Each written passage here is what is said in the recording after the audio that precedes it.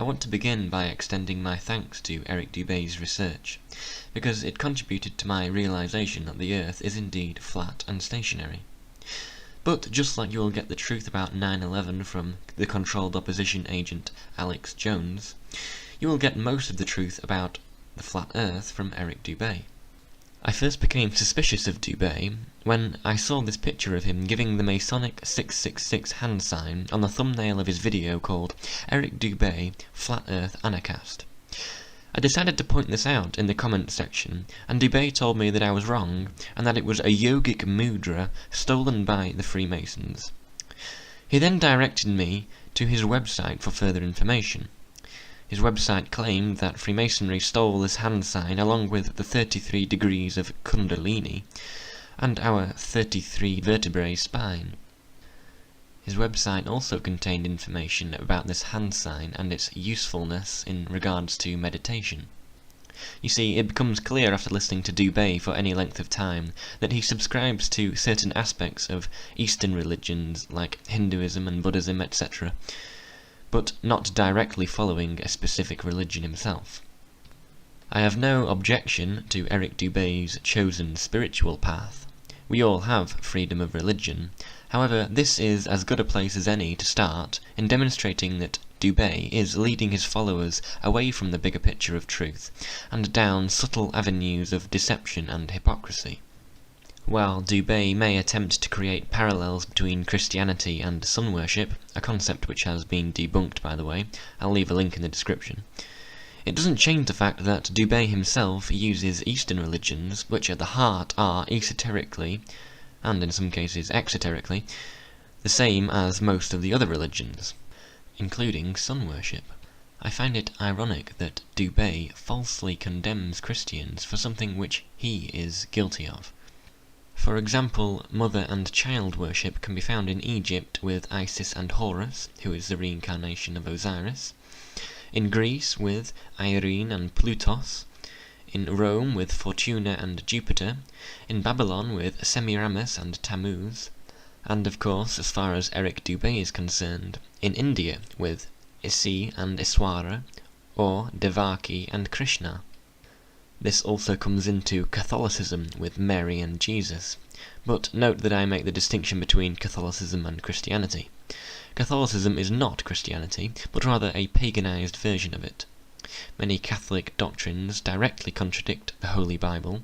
Making Mary into a divine deity and mediator is just one of many examples which are anti-Christian. Another example would be putting a halo around Jesus in Catholic artwork.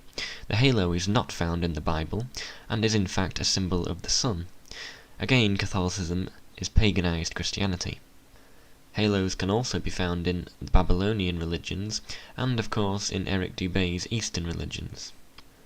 The two fingers up hand sign can be found in Catholicism, and in the infamous picture of Baphomet. This is also found in Hinduism, and on the hand of Buddha. Mantra beads are important in Catholicism, particularly while praying to Mother Mary, and mantra beads are also found in Baal worship and in Hinduism. The trident can be found in the hand of Poseidon or Neptune, and with Baal, Enlil, and in the Catholic Church. It is also found in Hinduism. The single eye can be found atop the Illuminati pyramid, signifying the eye of Lucifer, and the third eye is very relevant in the New Age movement, and of course these Eastern religions held dear by Eric Dubay. Now here's the kicker: serpent symbology is an important one. Satan first appeared in the book of Genesis as a serpent, and he convinced Eve to eat of the forbidden fruit, with the false promise of eternal life, and that she would be as God. The serpent is therefore very significant in Satanism, Freemasonry, the Catholic Church. Even the word Vatican comes from vatis, meaning diviner, and can, meaning serpent. The word Vatican means divining serpent. It's not surprising to find the serpent in the Eastern religions also. The pine cone is another symbol from Egypt, Babylon, and can be found with Dionysus of Greece, Bacchus, and in the Vatican courtyard, and on the Pope's staff, and of course in Hinduism. Also, the solar wheel can be found in the Babylonian, Assyrian religions, in Egyptian religions, in Catholicism. In fact, the Vatican Square is one huge solar wheel. It is also very prevalent in the Eastern religions. It's no surprise that Eric Dubay can be found giving hand signs associated with Freemasonry, justified by his own religious beliefs. The core of both religions are very similar. Now remember, I'm not condemning Eric Dubay for following Eastern religions. I'm just pointing out the hypocrisy of him pretending to be against Freemasonry as a sun-worshipping religion, lying to the world about the shape of the earth and putting the sun at the centre, while Dubay himself is following the same religion of sun glorification by subscribing to the philosophies of Hinduism and Buddhism. And of course the parallel that Freemasonry, believing that man is God, and Dubay believing that he is part of God. So if there is an intelligent designer, a creative force beyond all space, time, and matter, what are the properties of this entity? Theologists and metaphysicians throughout history have agreed that this intelligent creative force must by definition be all-knowing, omniscient, all-powerful, omnipotent, and all-present, omnipresent. Furthermore, by definition, if God, an omniscient, omnipotent, omnipresent being, exists, then we all must be a part of it. In my Asbestos book, I wrote, "Either God is causal, singular, and separate, an outside entity somehow responsible for his own existence, the creation of the universe, and the creation of other beings to recognize him, or existence is non-causal, plural, parts and whole of all that is, with nothing outside us, because we are all infinite, self-reflexive pieces of God, interacting, changing, acting out eternity." Many people are happy to accept the notion that God is some external entity like a bearded white man in the clouds who created us and watches over the universe like a cosmic fishbowl. Others are happy to accept that there is no God and the universe, consciousness, life, matter, space, and time are all the result of a random, spontaneous Big Bang accident. Personally, neither of these ideas have ever resonated with me, and both are relatively modern. If instead we consult the most ancient culture and the oldest texts in recorded history, the Indian Vedas, a very different story presents itself. Roger Stevens wrote, "Here's a parable, an analogy, which comes from India, from the Upanishads, and is thousands of years old. It presents a parabolic answer to the root question of all religion and philosophy. Who am I, and what is this? And does so in a way which everyone can relate to. In the beginning of the world, and though it probably had no ultimate beginning as we think of them, you have to start somewhere, there was only Brahma. Being all there was, and therefore totally known to himself, Brahma soon realized that this totality of awareness would eventually become extremely boring. After all, when you know everything there is to know, then there's no surprise, nothing to keep you interested. It's like reading the same book for the 78 millionth time. Anyway, since he was omnipotent, all-powerful, omniscient, all-knowing, and omnipresent, all-everywhere, Brahma decided to create a diversion for himself, a way of introducing the elements of surprise, intrigue, and drama into his experience. He thought, what would it be like to forget who I really am? So he invented the game of cosmic hide-and-seek. According to the rules of this game, Brahma would pretend to break pieces of himself off from the whole, so that to all appearances they would seem separate. That's the hide part. Then, as the apparently separate consciousness at the center of each of those apparently separate pieces, and through their apparently separate and unique perspectives, he would seek to rediscover who he really was, which was, of course, everything. Imagine seeing yourself from an infinite number of different perspectives, each one initially ignorant of its relationship to all the rest. Imagine going to sleep and dreaming a different lifetime each night, each lasting for more or less years, each complete with the full range and variety of emotional life and death details. Imagine having the same dream, but playing a different role in it each night, seeing it through different eyes each time. Well, guess who those apparently separate pieces are? Since there is only one I am in the universe, one consciousness, it's all a game of hide and seek, and each one of us is in the same state. I'm it, and you're it. Brahma, God, Tao, universal mind, the one, the void, the field, infinite consciousness, or whatever you want to call it, by definition, is everything, exists everywhere, and is completely known to itself. Try to picture if that was your reality.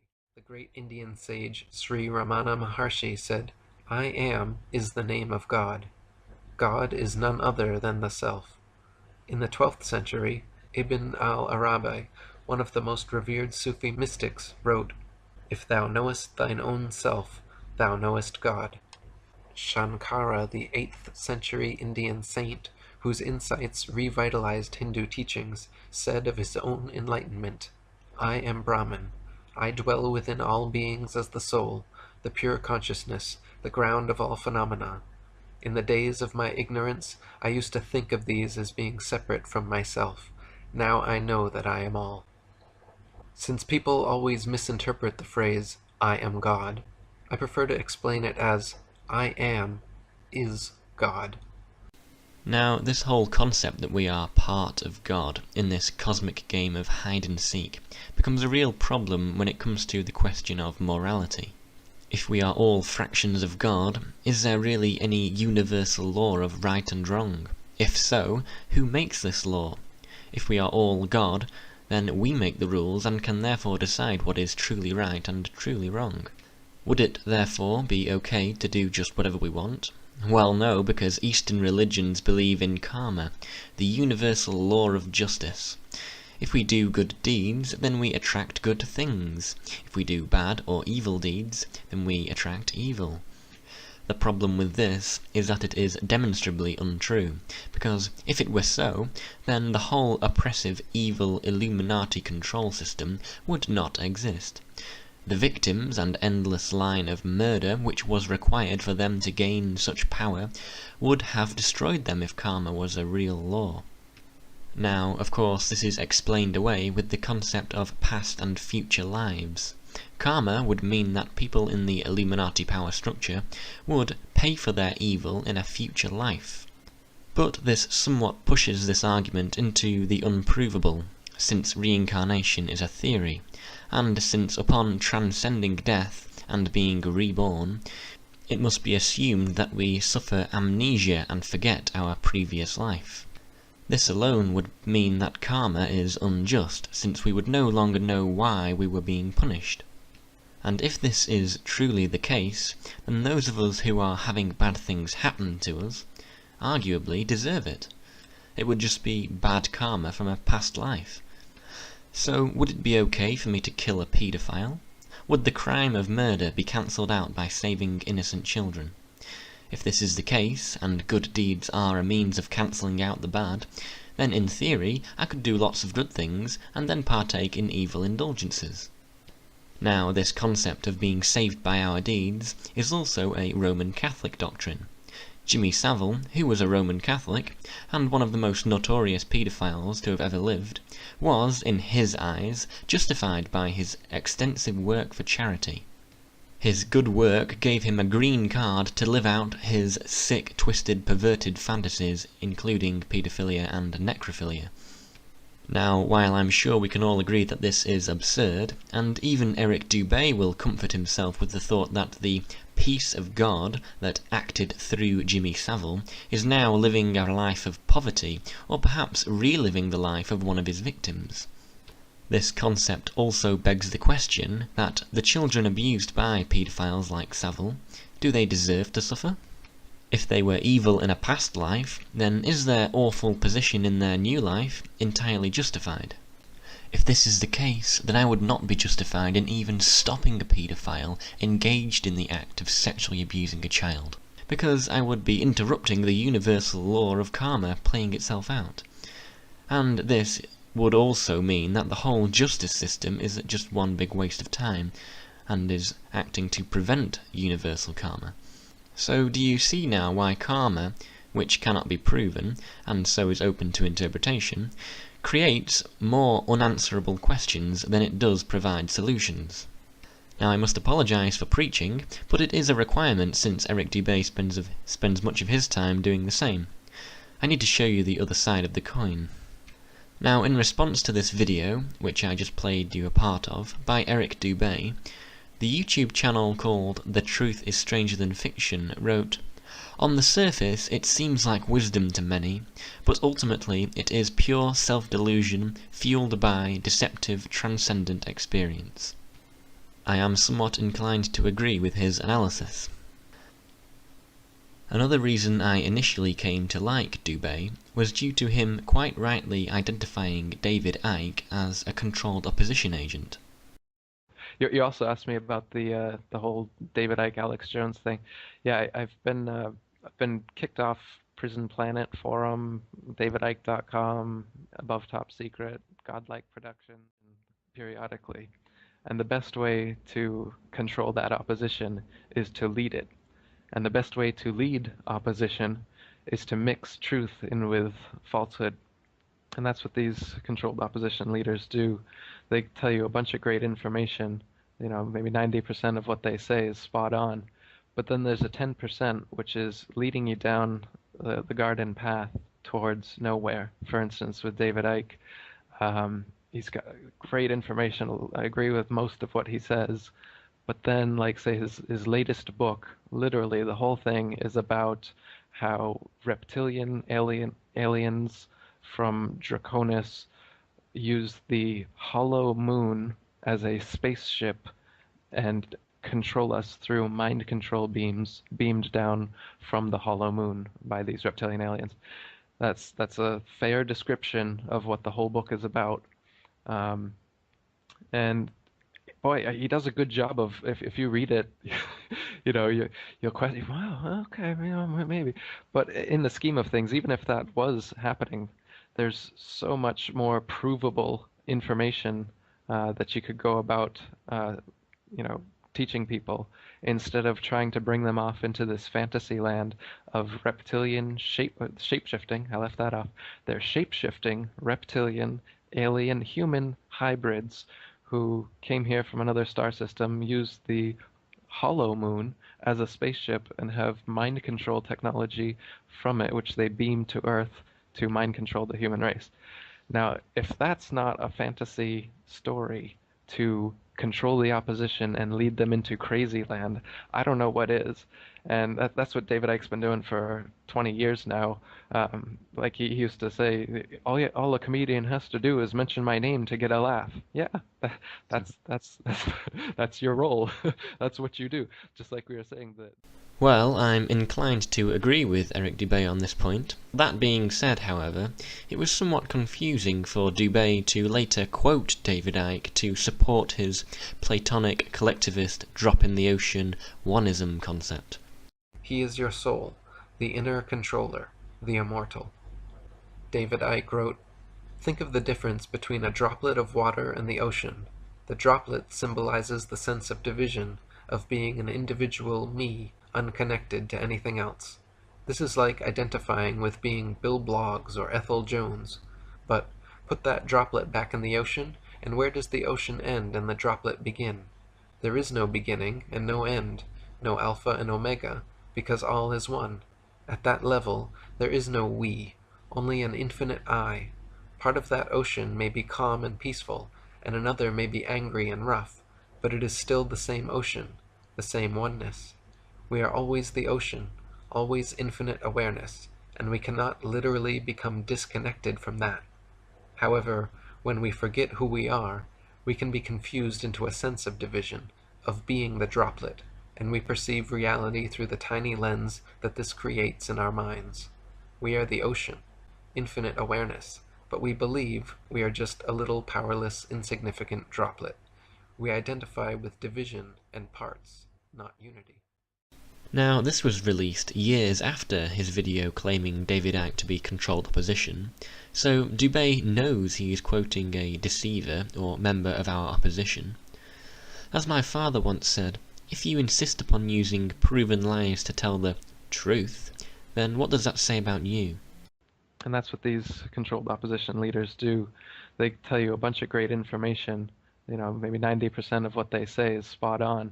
But then there's a 10% which is leading you down the garden path towards nowhere. For instance, with David Icke. David Icke wrote, "Think of the difference between a droplet of water and the ocean." Does Eric Dubay think that his listeners are completely stupid? Also, Dubay uses the picture of David Icke embracing his wife, who is giving the 666 hand sign, presumably because this is a point for the argument that David Icke is a controlled opposition agent. This is rather hypocritical when Dubay himself gives out the same hand sign. Also, Dubay tries to debunk David Icke for blaming reptilian shapeshifters instead of the Jews. David Icke deceiving through omission. Again, this is somewhat hypocritical when Dubay himself is also guilty of this. You see, Dubay is a Hitler sympathizer and blames the Jews and the Freemasons for everything that is wrong in the world. The glaring omission on behalf of Eric Dubay is his overlooking of the power of the Roman Catholic Church and the Jesuits. In fact, the word Jesuit is seldom mentioned in Dubay's discourse. To give you just a very brief oversight of the absolute power of Rome and the Jesuits, often people see Jewish bankers as being the top of the pyramid. However, it is the Jesuits who control the Jews from behind the scenes. So if we take banking, for example, banking was first created by the Knights Templar, that is, Catholic Knights of Rome. The Knights Templar would take care of the wealth of pilgrims and travellers embarking on dangerous journeys, giving a coded receipt for their gold. Anyone who used the Templars' service could cash the receipt with another Templar somewhere else, rather like a bank looking after your money. Now, of course, this was all done for a fee. This is where Knights of Rome invented usury. Wasn't the Jews. Now, the Roman Catholic Medici family were one of the first banking clans, and are still very powerful to this day. Even the word bank comes from the Italian banco, which was the counters that the Medicis would use for exchanging and lending money. As far as the pyramid structure of control, Medici ranks much higher than the Rothschilds. But even the name Rothschild means red shield. It was the Roman soldiers who used the red shield in battle. According to the Encyclopaedia Judaica, the Rothschilds are given the title Guardians of the Vatican Treasury. Now let that sink in for a moment, ladies and gentlemen. The Rothschilds are appointed by, and therefore work for, and answer to, Rome. In his book Rulers of Evil, Frederick Tupper Saucy writes, "The appointment of the Rothschilds gave the Black Papacy absolute financial privacy and secrecy." End quote. Wherever you find a Jew in a prominent position, you will often find a Jesuit working alongside him, pulling the strings. And the reason that the Jesuits use the Jews as the face of the international control network is simply because they don't like them. In fact, the Jesuits despise the Jews. We know this from the history between them, and by reading the Jesuit extreme oath of induction. I quote, "And even to descend as low as to become a Jew among Jews, that you might be able to gather all information for the benefit of your order as a faithful soldier of the Pope." So not only does Rome control certain elitist Jews, but she will also have the Jesuits pretending to be Jews in order to gather information and, of course, add verisimilitude to the incorrect notion that Jews rule the world. It's like if I were going to rob a shop or commit a crime. I'm not going to do it with a name badge on. In fact, I may even frame someone who I dislike. And that's exactly what happens with the Jews. All I would say is woe to those Jews who do allow themselves to be used in such a way, particularly considering their historical suppression by Rome. Now remember folks, I'm not going into massive detail here, I'm just giving you a brief overview of the Jesuit and Vatican control for those who weren't aware. Another group that Eric Dubay likes to blame for everything is the Freemasons. Freemasonry was used by Rome to attempt to control Protestantism. Freemasonry could exist in countries where the Jesuits had been expelled from. The Reformation is the key to everything. As author John Daniel concurs on page 302 of the Grand Design Exposed, quote, "The truth is, the Jesuits of Rome have perfected Freemasonry to be their most magnificent and effective tool, accomplishing their purposes among Protestants." End quote. Now, parallels can be drawn between Freemasonry and the Jesuits. For example, their symbolism. The symbolism of Freemasonry and the symbolism of Rome are almost identical. You'll find all of the symbols of Freemasonry in Catholicism. If you thought that treading down the shoe and showing the knee was just a Masonic thing, then you were wrong. It comes from the founder of the Jesuits, Ignatius of Loyola, who presented himself in such a manner when asking for the confirmation of the order. Washington, D.C. is a very Masonic design, and bears a strikingly similar resemblance to the Vatican. In fact, when it was built, Washington, D.C. was referred to as Little Rome. The symbol of the double-headed eagle is very prominent in Freemasonry, and is also found in Catholic cathedrals. The Jesuit logo bears the initials IHS, standing for Isis, Horus and Seb. These same initials can be found in Masonic temples.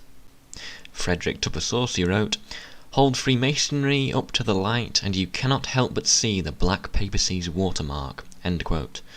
American historian James Parton wrote, "There are still old ladies, male and female, about the country who will tell you with grim gravity that, if you trace up Masonry through all its orders till you come to the grand tip-top head Mason of the world, you will discover that the dread individual and the chief of the Society of Jesus are one and the same person."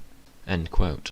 Or if you prefer it from the horse's mouth, then Helena Blavatsky, an important Russian occultist and Freemason, and founder of the Theosophical Society, in her book Isis Unveiled Volume 2, she quotes a 32nd degree Freemason, quote, "It is curious to note, too, that most of the bodies which work these, such as the ancient and accepted Scottish Rite, the Rite of Avignon, the Order of the Temple, Fessel's Rite, and the Grand Council of the Emperors of the East and West, Sovereign Prince Masons, etc., etc., are nearly all the offspring of the sons of Ignatius Loyola. The Baron Hunt, Chevalier Ramsay, Chowdy, Sinendorf, and numerous others who founded the grades in these rites, worked under instructions from the General of the Jesuits. The nest where these high degrees were hatched, and no Masonic rite is free from their baleful influence more or less, was the Jesuit College of Clermont in Paris." End quote. So there we have Helena Blavatsky quoting a 32nd degree Freemason who tells us that Rome created Freemasonry. Moving on, Rome has controlled the media as well through Jesuit-trained Steve Bannon, converted Roman Catholic Eric Prince, the founder of Blackwater, Leo Kirch, the pornographer Bob Guccione, and perhaps most notably, the Knight of Malta Rupert Murdoch. He controls huge stakes in the media all across the earth. Murdoch, probably the most influential media tycoon in the world, is a Knight of Malta and therefore answers to Rome. Continuing now, Donald Trump is Jesuit educated and is surrounded by Jesuit agents in his cabinet. Barack Obama was Catholic educated and was surrounded by Jesuit agents of Rome. Bill Clinton was Jesuit educated. The Queen of England is a Knight of the Order of St. John of Jerusalem, an arm of the Knights of Malta, and of course has allegiance to the Pope. The Bilderberg Group was founded by Joseph Ratzinger, and guess what, folks? He was a Jesuit. Bohemian Grove is controlled by the Order of the Knights of St. Hubertus, which, of course, is Roman Catholic and answers to the Pope. The OSS was founded by William Donovan, who was a Knight of Malta and therefore answers to Rome. The OSS transferred into the CIA under the guidance of the devout Roman Catholic James Forrestal, who was also the first US Secretary of Defense.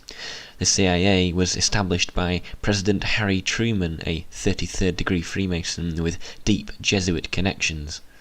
Now remember, Eric Dubay won't tell his audience any of this, and this actually becomes a problem when it comes to him being regarded as the authority on flat Earth. He doesn't even tell his audience the real reason the world is taught to be a spinning ball. As I am about to show you, the globe Earth lie is a Roman Catholic forged deception perpetuated by the order of the Jesuits. Nicholas Copernicus, who was the mathematician of the Vatican, gave birth to the idea of heliocentrism in his 16th century book De Revolutionibus Orbium Celestium. This ludicrous idea of heliocentrism was carried on by Galileo, who, in a blatant act of Hegelian dialect, was placed under house arrest after being tried for heresy. Now this was of course deliberately done to add popularity to Galileo and the globe Earth deception. The Catholic Church obviously wasn't opposed to Galileo, otherwise he would have received a painfully torturous demise like everyone else arrested during the Inquisitions. But no, Galileo lived comfortably under house arrest. Like I said, blatant Hegelian dialect. But why did Rome want people to believe the Earth was a globe? This all happened at the time of the Protestant Reformation in the 16th century. Bibles were being translated and distributed, and reformers were realizing that Rome was the Antichrist system and the whore of revelations. In order to oppose this rebellion, Rome started the Counter-Reformation, which involved discrediting the Bible and turned people back to Rome as the ultimate authority. Ladies and gentlemen, whether you are religious or not, it doesn't matter. The Bible is a flat earth book, so in order to discredit the Bible, Vatican-controlled Nicholas Copernicus, followed by Galileo, popularized heliocentrism, which literally changed people's perception of reality for the next 500 years. Rome, the Vatican, and the Protestant Reformation is the key to the globe Earth lie. For a much more detailed analysis of this, I refer you to an excellent documentary by Johnny Cerrucci and Migmag, linked in the description. Another lie pushed by Eric Dubay is that Hitler was a misunderstood man, and he wasn't such a terrible guy. In fact, Dubay suggests that Hitler was opposed to the so-called Jew world order, and that Adolf Hitler is some sort of ally to us. Dubay describes Hitler as a hero. Hitler was not a hero. In fact, on the contrary, he was our enemy. Adolf Hitler was a member of the Thule Society, which was created by Baron Rudolf von Sebottendorf, who was a Freemason. The Thule Society followed the teachings of Freemason and Luciferian Helena Petrovna Blavatsky and the Theosophical Society, from which Hitler and the Nazi Party took the symbol of the swastika. Hitler was also known to sleep with a copy of The Secret Doctrine, a book by Blavatsky, next to his bedside. And, as expected, you will find the fingerprints of Rome all over the Nazi Party. To begin with, the Iron Cross was a popular medal and decoration for the Nazi soldiers, and is exactly the same as the Templar Cross. It is a pagan symbol used by Catholics today, and even features on the Pope's attire. The skull and bones was a symbol used on the helmets of the SS. It's also a symbol from Egypt, and used by the navy arm of the Knights Templar, who later became known as the Pirates. The skull and bones symbol can be found in Catholic cathedrals and in Yale University with the Skull and Bones Society. This is a powerful secret society whose initiation ceremony consists of a, quote, devil, a Don Quixote, and a pope. Don Quixote is a nickname for the Black Pope, or the General of the Jesuits. Now back to the Nazis. Quoting from page 195 of Codeword Babylon, P.D. Stewart writes, Heinrich Himmler, head of Hitler's SS, and Joseph Goebbels, Hitler's official Minister of Enlightenment and Propaganda, were both Jesuit priests in full communion with the Church. Hitler himself said, quote, I can see Himmler as our Ignatius of Loyola, end quote. Walter Schellenberg, a Jesuit coadjutor and former chief of the German counter-espionage under Hitler, confessed after the war, quote, the SS organization had been constituted by Himmler according to the principles of the Jesuit order. Their regulations and the spiritual exercises prescribed by Ignatius of Loyola were the model Himmler tried to copy exactly. The Reichsführer, Himmler's title as Supreme Chief of the SS, was to be the equivalent of the Jesuits' general, and the whole structure of the direction was a close imitation of the Catholic Church's hierarchical order. Now, in case anyone doubts the authenticity of this quote, the fact alone is confirmed by German historian Friedrich Hoff. Quote, "This kinship between National Socialism and Catholicism is most striking if we study closely the propaganda methods and the interior organization of the party." End quote. Franz von Papen, another powerful figure being vice-chancellor of the Nazi Party, was a Knight of Malta and therefore another agent of Rome. Von Papen said, "The Third Reich is the first world power which not only acknowledges, but also puts into practice, the high principles of the papacy." End quote. So, the Nazi Party was infested with Jesuits and agents of Rome, and Hitler was surrounded by Jesuits and Knights of Malta. But was Hitler himself a Jesuit? Well, reading between the lines, we can say he was certainly loyal to the order. As I have pointed out, Hitler referred to Himmler as our Ignatius of Loyola. Hitler also said, quote, "I have learned much from the order of the Jesuits. Until now there has never been anything more grandiose on the earth than the hierarchical organization of the Catholic Church. I transferred much of this organization into my own party." End quote. In addition to this, Otto Strasser, one of the founders of the Nazi Party and author of the book Hitler and I, tells us that even Hitler's book Mein Kampf was ghost-written by a Jesuit priest called Bernhard Stempfler. Again, quoting Adolf Hitler, he said, "Above all, I have learned from the Jesuits," and so did Lenin too, as far as I recall. "The world has never known anything quite so splendid as the hierarchical structure of the Catholic Church. There were quite a few things that I simply appropriated from the Jesuits for the use of the party." End quote.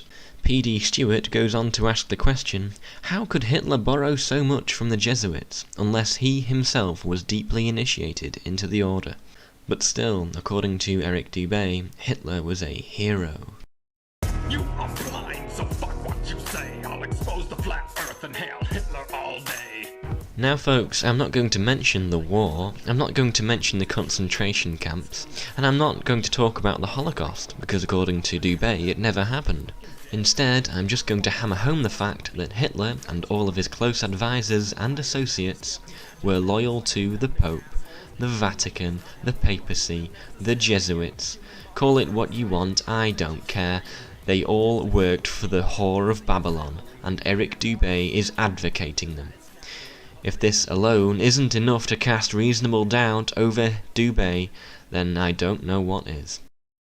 Now, concerning this whole Jesuit and Vatican network of control, Eric Dubay will never tell his audience any of this. He will blame the Jews and the Freemasons, but he won't go any higher than that. He won't identify the real enemy.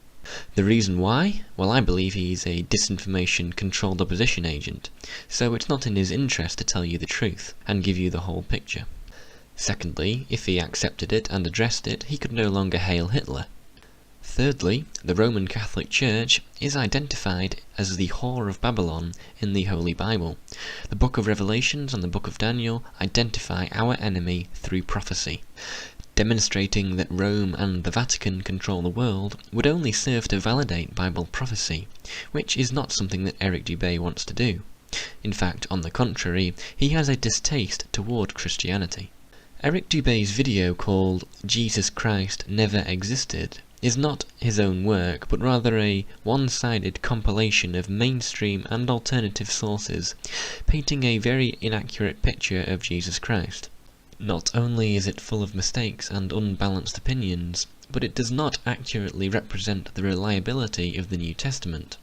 There are over 5,700 Greek manuscripts representing either all or parts of the New Testament. Over 99% of the original text can be reconstructed beyond any reasonable doubt. Secondly, Matthew and John, who authored the Gospels of the same name, knew Jesus personally, and were therefore in an excellent position to give an accurate historical narrative. Mark and Luke were close companions of the apostles, and could therefore also write accurately. Now, to combat this, Dubay tries to suggest that the Bible is the only record for Jesus' existence, which apparently in his opinion means that all of the historical manuscripts are some sort of fairy tale. But anyway, this isn't actually true. There are non-biblical sources proving Jesus Christ to be real. Just to give you one example, Tacitus, a professional Roman historian, confirms that Jesus was real and that he was put to death by Pontius Pilate. Tacitus writes the following concerning Christians. Christus, from whom the name had its origin, suffered the extreme penalty during the reign of Tiberius at the hands of one of our procurators, Pontius Pilate. End quote. Now I'm not going to go into this too much because it's already been done. There is a link in the description which analyses more quotes like this, and thus puts forward non-biblical proof that Jesus Christ did indeed exist, contrary to what Dubay would have his audience believe. Now it should also be noted that the argument that Jesus Christ isn't real is a relatively new one. You see, it's only possible to make this claim 2,000 years later. Early writers who hated Jesus and Christians, for example Celsus from the 2nd century, would never question Jesus' reality but only his divinity. But then Eric Dubay tries to create parallels between Jesus and Horus. Horus being a sun god, and I can't help but laugh at this. As I previously mentioned, Eric Dubay is following philosophies and religions which are closely connected with sun worship. But anyway, he tries to create these parallels in the same vein as the Zeitgeist movie, which has been thoroughly debunked, and I'll leave a link in the description to that as well. But I must say, the most suspect part of Dubay's video is that he included a clip of the controlled opposition agent Michael Tessarion advocating the controlled opposition agent Jordan Maxwell. This is Eric Dubay using proven liars again, this time to advocate his own religious beliefs. All in all, this video called Jesus Christ Never Existed is a very inaccurate and misleading one. Another point that I'd like to include is that the YouTube channel Shillstoppers made a video showing that Eric Dubay claimed that he has never lived in Washington, D.C. However, Shillstoppers dug up the dirt and discovered that it was in fact on public record that Eric Dubay had lived in Washington, D.C. Now, I'm not really into this. I couldn't really care less where Eric Dubay lives, nor do I care about the history of his dwelling places. But I just thought I'd throw it in there because it's another example of Eric Dubay lying to his audience.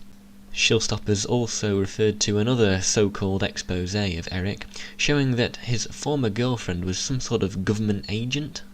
And that's one of the reasons I made this video. A decent and thorough refutation of Eric Dubay was required for those who have fallen into the old Hegelian dialectic trap and are not following the only golden rule that will ever set you free from deception. That is, do not believe anything anyone tells you until you can prove it in your own research. That goes for the mainstream media, that goes for Alex Jones, that goes for David Icke, that goes for Eric Dubay, that goes for me, and it goes for even your own mother. Because the deception is everywhere. Everyone is either deceived to some degree, or they are deliberately deceiving. The majority of this alternative truth scene is controlled by agents of disinformation. You cannot trust anybody. And remember, shepherds will always lead their sheep to the slaughter eventually. As always, take real care, everyone.